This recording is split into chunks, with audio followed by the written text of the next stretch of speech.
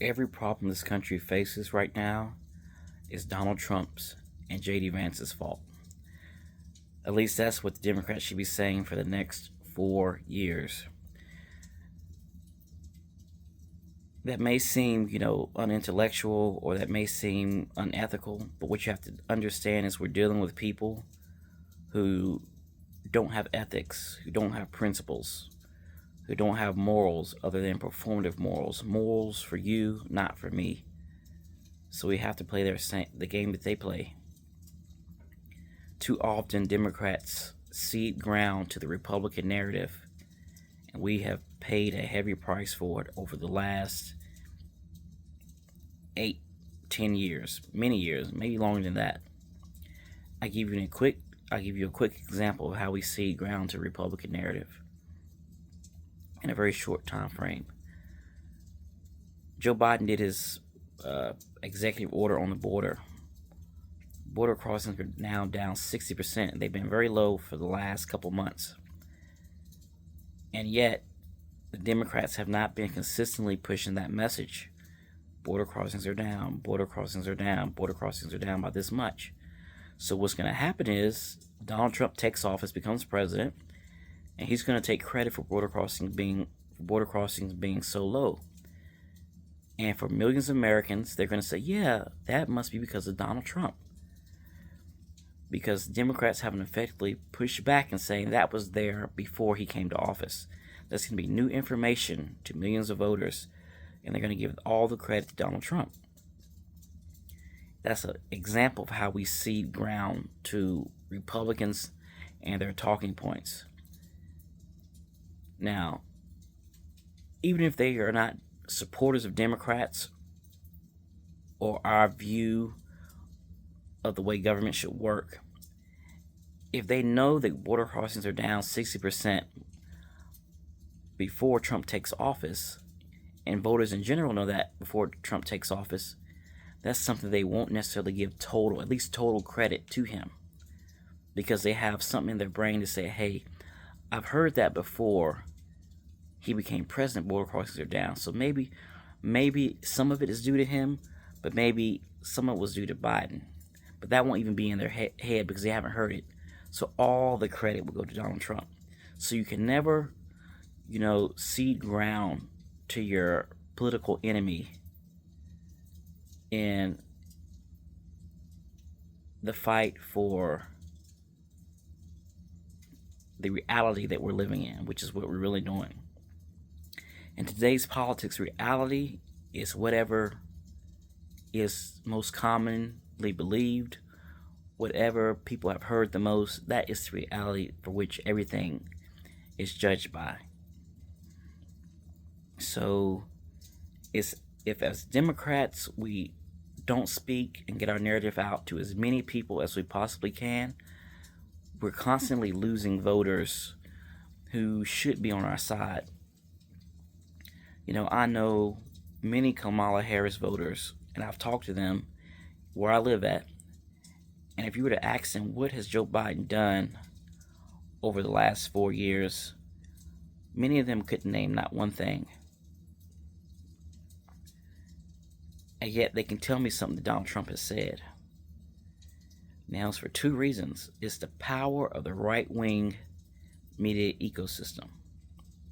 And the other is the lack of Democrats effectively, consistently pushing back and taking credit for things they have done. So when even your own voters can't name something you've done, you're already at a disadvantage. So that means you're already going to lose some of the voters who are kind of soft on you to begin with. And what is the Republican narrative? Hey, I heard Trump voters I work with, Biden hasn't done nothing over the last 4 years. So when you say that and Trump says that, and then someone who may be on the fence about voting for you hears that, and they haven't heard the alternative, they say, yeah, that must be true. He hasn't done nothing over the last 4 years. Therefore, maybe I don't like Trump, but maybe I need to vote for Trump because maybe he's going to do something. And that's how that works. So you always have to provide a counter narrative for people to grab onto. So at least there's something there that you can work with. So hey, prices are high, inflation, this and that and the third. But boy, Biden really has done a lot. He's done the Inflation Reduction Act. He's done the American Rescue Plan. He's done the Chips and Science Act. He done all these things. So maybe, maybe things aren't the way I want them, but I'm still going to vote for them anyway. It seems like they care and they get things done. But that's not there because they haven't been told that. And they're not going to look into, the data statistics, we're doing better than the rest of the world. They're not going to delve into that. They're going to listen to whatever they hear the most and they see on social media and whatever their friends say.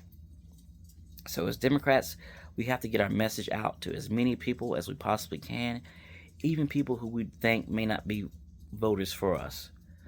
Because if you wonder why Donald Trump is all the terrible things he has done, why he keeps getting more and more votes each election, is because he is pushing his message into every part of life.